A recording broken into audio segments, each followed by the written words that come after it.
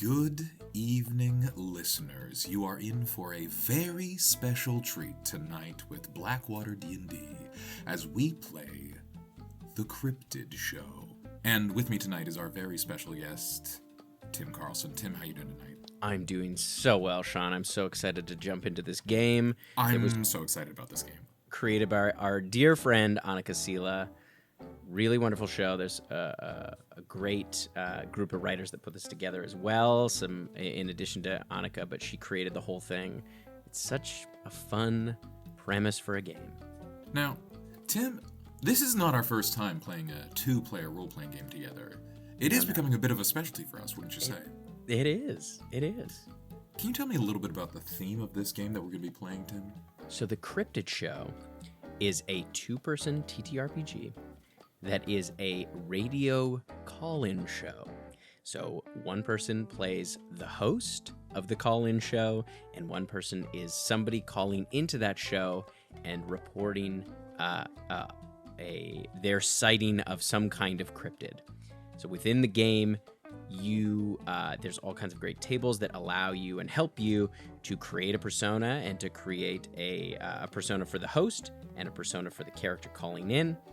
And then also as you play the game, you discover what the cryptid is by flipping different cards, and all you need is a deck of playing cards. Yeah, I love how light it is.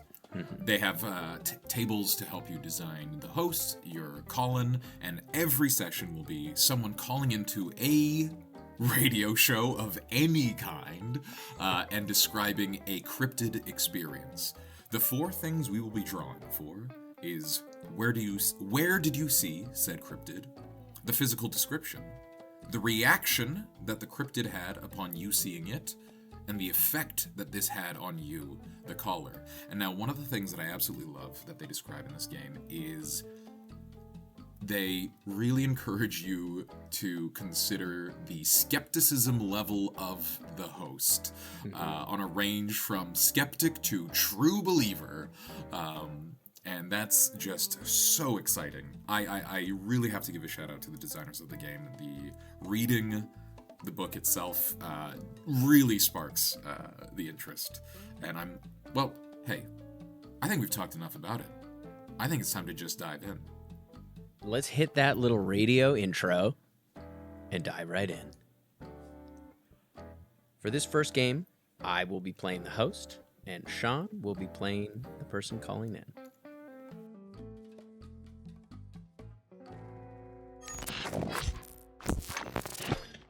Is this thing on?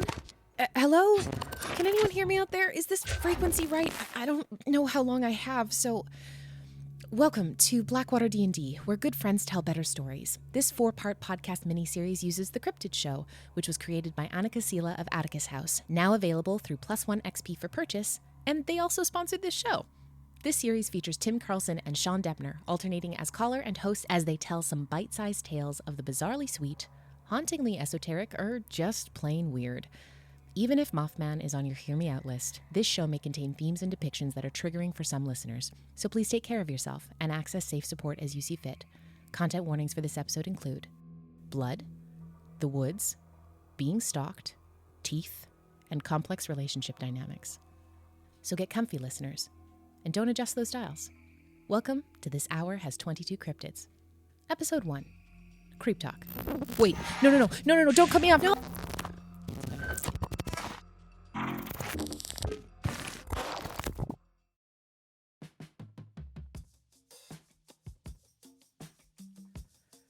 Welcome back, boils and ghouls and gender fears. It's me, the host, the Chipper, Chip Bippley, coming to you live from Terminal City. You are listening to Creep Talk on 195.5 Rain FM. All right, we've got a great lineup of callers tonight, so let's go ahead and meet our first creep. Hello, caller number 1. Can you hear me? Yeah, Chip. I can hear you. Really good, actually. All right. Well, what is your name, young man? I'm Doug. Doug. Great to meet you, Doug. It's good to be here. Something kind of weird happened to me the other day, and You've called the right show. Let's meet your creep. yeah, my girlfriend is like a big fan of the show, and so when I told her, she was like, "That's crazy. You should tell Chip." And so things aren't going too well at home. So Cynthia, if you're listening to this, Sorry to hear that. yeah, no, I appreciate that. I love you. Not you, Chip. I mean, you seem pretty chill, but Cynthia, if you're listening to this, I love you. All right, big shout out to Cynthia out on the airwaves. Let's give her a big round of thunder. That one goes out to you, Cynthia. Yeah, I appreciate that, Chip. You're the real deal. So go ahead and tell me about your creep. Where did you see this creep? Well, here's the thing. It was, and at this point, I would like to draw a card, Tim. We see the 8 of Spades, the lesser-known song. So, like I said, I've been having some trouble at home. So I was like, it was late, and I was out of the house because I wasn't allowed back in. And so I was in. It'd be sick to be in the doghouse at this point, but I was in the deep, dark woods. Can I ask, is that siren coming for you? Well, how would you know where I am, Chip? I don't know, Doug. I could just hear a siren in the background, and I was worried that you might be in trouble. Well, I am. I need this interview to go well. Okay. But I was in the deep dark woods. All right. And that's like, I mean, you're the creep guy, so I am a bit of a creep master. Tell me, Doug, where are you in the country? Me right now? Yes. Iowa.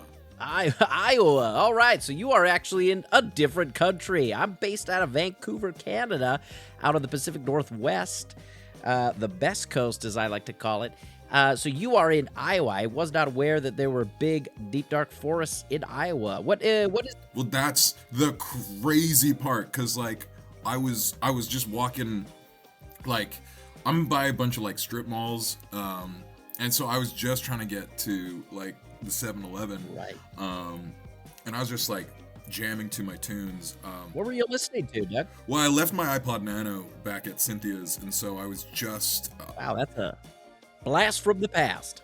Well, if it works, it works, and so I was just sort of really headbanging to my own voice as I was just sort of really letting it rip into the night. And you've recorded your own voice that you listen to? No, I just sing loud. Oh, cool. When you have, my dad always said that when you have big feelings, make a big sound. And I've got a lot in me, and I was letting it rip. And I guess because sometimes when I really get soulful, I close my eyes and I just, I let it pour out. And when I open them, I'm in deep, dark forest. Wow. That does sound a bit terrified. You sort of lost yourself. Yeah. Tell me, what kind of trees were around you in this deep, dark forest? I can only describe them, Chip, as witch finger-like. All right, so I'm going to go ahead and say probably coniferous trees, not deciduous. I don't think they eat animals because they're trees, but they were gnarled and they were leafless. Yes, all right. And it was so dark. There was no moon in sight. I did not like that. Sounds horrific. Yeah. So tell me, you were in the deep dark woods. Was it nighttime or the middle of the day? Yeah, it's dark at night. Yeah, of course. That does make total sense. Well, you never know with these things if it's the canopy that's giving to the darkness, or was it daytime when you were heading to the 7-Eleven, or did this? No, it was nighttime. We usually mornings with Cynthia are usually pretty good, but as it gets late, that's when I forget to use my I statements. I feel like you're being unfair to me right now. I feel like I'm mad at you, and I forget to do that, and I say mean things. That is communication 101. Yeah. Well, tell me, Dougie, what did you see in these deep dark woods? Tell me about your creep. I would love to, if you would pull another card, Tim. The 9 of Diamonds. Well, in the woods, I saw a well-dressed man staring at me with a rictus grin, blood trickling from the cracks in his overstretched lips. Whoa, that does sound horrified. I'm just going to go ahead and look up rictus real quick, because that is a new word for your old chipper. Oh, no, it's a fixed grimace or grid. Yeah. Fixed grimace or grid. We all know what rictus means. Yes, of course. All of us knew what that meant when I said it the first time. You know, I don't like to assume that my listeners know words like that, so... But yeah, he was just like really well dressed. He had like a 3-piece suit, and like I felt like that was a bit much. I was just wearing like my hoodie and like honestly a pair of like pretty sweet Snickers. Sneakers, fuck. I'm so sorry, Cynthia. Tell me, and if you can, do you remember what kind of shoes he was wearing? Was it a he? Yes, it was a well-dressed man. It was a well-dressed man with rictus grin, as I have said, but blood dripping from it, and they did drip onto his like fancy like spats. Oh, you know, like 1920s dudes, they'd have like little bits of fabric on top of their shoes. yes, I do know what a spat is. Okay, that's cool. And I love that. tell me, That's really cool. was the suit of a 1920 style, or was it more modern, tailored cut? That's honestly the crazy thing. He was wearing. It was like a trip through history as we pan up across his body. So it's 1920s spats. His pants, those like 1940s general's pants that like flare out at the thigh. Right, but not tucked into boots, tucked into tiny spat shoes. Not tucked in at all. This is the thing. Normal spats, pants that flare out at the thigh, but are tight on the calf, which I can only assume is from the 40s. Moving up, we're getting some heavy shoulder pads from the 80s, like a really established 80s like power businesswoman. And then up at the top, he was wearing one of those like really tiny beanies that you see these days. Like no chance they were touching his ears. That is wild. And tell me, it was a 3-piece suit. So what type of vest was he wearing? Paisley. A paisley vest. Yeah, paisley vest, bright blue, heavily shoulder padded suit jacket. Bright blue. Was the whole outfit bright blue?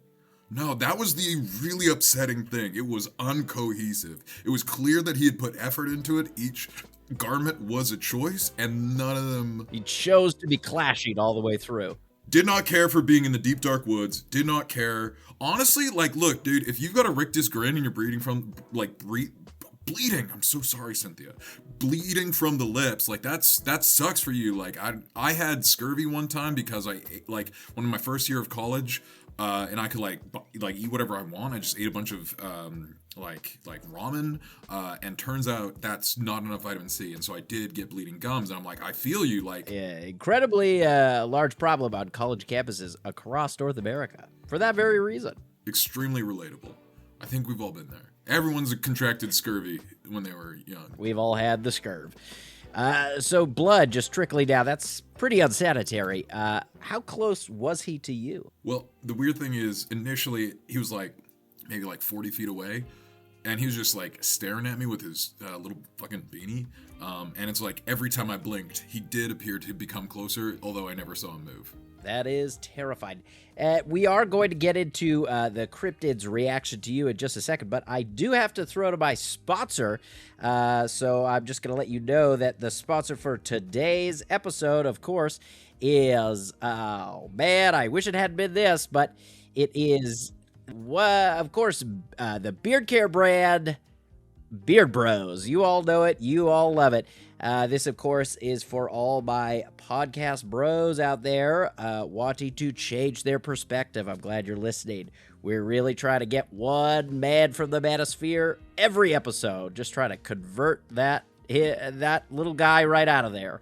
I just want to understand what you just said. You're saying you want to get someone from the manosphere to the creep dome? Yeah, we want to get them into the creep zone. We want to get those manosphere boys right out of there and put them in the creep zone. And one of the ways we do it is with this incredible beard care package, Beard Bros. Beard Bros sent me a wonderful kit a couple of weeks ago, and I have trimmed and sculpted my beard like no other. And it does look like an egg. Right now. It's quite something. I've put some pictures up on socials. You can follow us on Creep Talk, anywhere you can type that in. But definitely it is made by men, but for everyone. Okay, I'm checking out the pictures that you posted. Yeah. And when you said it was egg-shaped, I didn't expect that the narrow part of the egg would be what's meeting your chin. Like, this is really impressive work. That's right. Beard Bros has incredible sculpting tools. They actually have a almost like a satchel that sits over your face so that you could just carve right around there, and it actually adheres to your face, so you could use it almost like a guard. Yeah, clean shaven everywhere except the chin, and from the chin, a large sort of egg shape. Yes, I believe that a lot of the men in the Manosphere are rocking this look right now, and I'm really trying to take it back and really reclaim it and bring some of them along with that, you know, and try to get them expanding their worldview. One egg beard at a time. This episode is brought to you by Beard Bros. Big shout out to Beard Bros. Check them out. All right, getting back to it. I do really want to hear about this. I think we can safely say this does sound like a cryptid. Could be a psychopath, but I choose to believe this was some kind of otherworldly, supernatural creature. Could be from another world, could be alien, could be supernatural. I don't know yet. But my spider sense is telling me that this was perhaps some kind of extra-dimensional demon of a kind. I'm not sure yet. That's good to know, because like, you are the expert, because like, it was tough to tell like what his vibe was until after I like blinked a few times. He was like right in front of me, and then I could like really see like his reaction to me, because initially I thought he was just like stoked to see me because of the rictus grin, but as he got closer I could tell that he looked there it is, 5 of hearts. I could tell he stopped what he was doing and gazed at me. On its face was a look of polite interest. So that's the cool thing, because when I say he stopped what he was doing, I have already established that he was already looking at me and smiling. And so as you got closer, you know when you're like talking to someone and they like take a step forward and like they're like in the bubble, right? And like suddenly you can feel the vibe. And grin, still rictus, still bloody, but I could tell that he was like holding space for me. That's incredible. Maybe he sensed what you were going through with Cynthia. Shout out to Cynthia. Well, here's the thing. I've spent a lot of time not happy in this relationship, and so I've actually met a lot of guys just like roaming at night, because I think just like a lot of us do it, and some of them have pretty like dope singing voices. So like at this point, I'm like, maybe this guy's just like another lost fella, Kindred like, spirit, perhaps, or like a literal spirit. I'm still on the fence, because here's the thing: that smile, it's all the teeth. You get to see all the teeth. It's pulling back so far. You get to see the gap beside the teeth. Yes, that does, for me, really hits on the supernatural. And really receded gums. So he took a polite interest in you. Did he outstretch his hand? Did he make any more sudden movements toward you, or just hold space with his eyes? Well, this is the thing. He was grinning at me, but then, like, I noticed that his breathing started mirroring my breathing. And, like, I noticed his shoulders drop. And then my shoulders dropped, and then like, interesting. Like, I noticed that I was kind of crying, and like he wasn't crying. Like, blood did start welling from his eyes a little bit, and maybe that's like the best that he had. But it really felt like there was that does sound kind of that sort of perfectly dovetails into my next question for you. Is what kind of effect did this have on you? This does sound like quite a profound experience you've had with this. We'll just call him the rictus man. And tell me, what effect did he have on you? My teeth started itching. Oh, wow. So I did not see that coming. Yeah, we're close. I'm seeing all his teeth, and I just became really aware of my teeth. Like, it felt like all the like tension in my body released, but then boomeranged back and like hit me in the incisors. And oh, wow. I really had the desire for us to touch teeth, you know, just like a quiet little clink. Doug, you gotta tell me, did you touch teeth with the rictus band? That's a tough question to answer, because like, it's pretty straightforward. Well, no, because like Cynthia's listening, and I think like that's pretty close to touching mouths, which is like usually like not okay. But like, can you mute everybody but just you and me? Yes, I do have that ability. Okay, yeah, we touched teeth. It was sick. You did, in fact, touch teeth. Wow, that is incredibly disturbing. Tell me, what was that sensation like? It was like knocking on your bones, like it's, you know how like we have kind of like two ways where we can like perceive each other through that perceiving organ. Like we can make eye contact, we can like shake hands, but like you can't like hear someone listening, you know, like ears don't touch. I never realized that there was a sixth sense that belongs only to teeth, and when I touched teeth with him, it just made me so happy. Oh, wow. It just made me so happy, and I'll tell you, Chip, I cannot stop grinning. I was going to say, have you had a rictus grin on your face ever since? No, well, it's tough to tell because I can't see myself in mirrors anymore. Is that's a new development? Yeah, and so like it's tough because like I do have a key to the house, but I feel like Cynthia wasn't stoked to see me, and so like she won't let me in, and so I feel like I really can't get in, and so I'm just like hanging outside. I tell you, Dougie, that is a concerning turn of events. The fact that you can't see your reflection does... No, I'm kind of hoping to like see myself in you right now. Does indicate to me that you may have had a supernatural experience. Oh. Really? I think so. The desire to keep gritting. Have you found that your lips have been chapped lately? Yeah. Pretty chapped? Pretty chapped. Right. What are you wearing right now, Doug? I'm sort of wearing like a 3-piece suit. I've done a lot of thrifting recently, so I'm just sort of getting pieces from just kind of all over. I'm feeling like really drawn to big shoulder pads and wide-thighed pants. Yes, that is, at this moment, unsurprising. I tell you, Doug, I don't know how else to put this, but I do believe you may be becoming a rictus man yourself. How do you feel about that? Cynthia likes cryptids, so I think this is a step up for me. You know, I see a lot of upsides as well. And the good news is, I didn't know how I got to the deep dark woods, but now I can get there anytime I want. I can bring people, so if Cynthia just steps outside, we can go to the deep dark woods right now. Right now, and I gotta be honest with you, Doug, it really sounds like you have an opportunity to build a real community of rictus men. In the deep dark woods. You mentioned other men singing late at night, and I think that's a real opportunity to bring some others into the fold and find those other lonely men to form a real beautiful community around. Yeah, well, like a rictus manosphere. That's perfect. Yeah, and interesting fashion choices and strange oral hygiene traditions. I really think you have something here. Oh, Chip, that's really nice.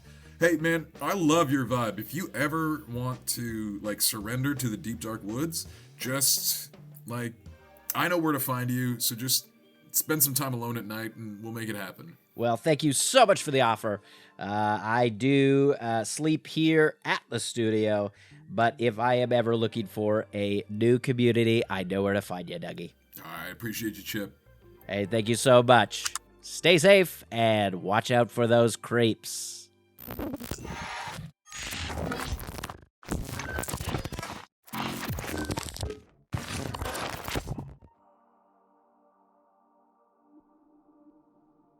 This Hour Has 22 Cryptids is performed by Tim Carlson and Sean Deppner. Editing and sound design by M. Carlson, with music and effects from Epidemic Sound. For more stories, come follow us everywhere at Blackwater D&D, and make sure to check out our main campaign on Monday nights at 8 p.m. Pacific at twitch.tv/BlackwaterD&D. To get your talons on the Cryptid Show, go purchase the game over at the Plus One XP website and use the code Blackwater10 in all caps to get 10% off your purchase of the Cryptid Show or any other game, including your first month of the RPG Zine Club. This show is made possible by our sponsors, who let us tell stories about things that go bump in the night and have big feelings about it. Thank you to the folks over at Plus One XP for sponsoring this series, so go check them out over at plusoneexp.com. Finally, we're thankful to our patrons for joining us on the late night airwaves. You too can come join us on Patreon, where you can check out behind-the-scenes info, our talkback show Chatwater, as well as exclusive bonus content and so much more. Head on over to patreon.com/BlackwaterD&D for all the info. See you next time, listeners. And to all you creeps out there, be safe.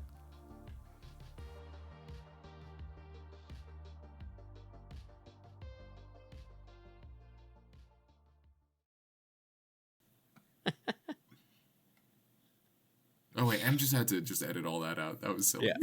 Yeah, absolutely. We love you, Em.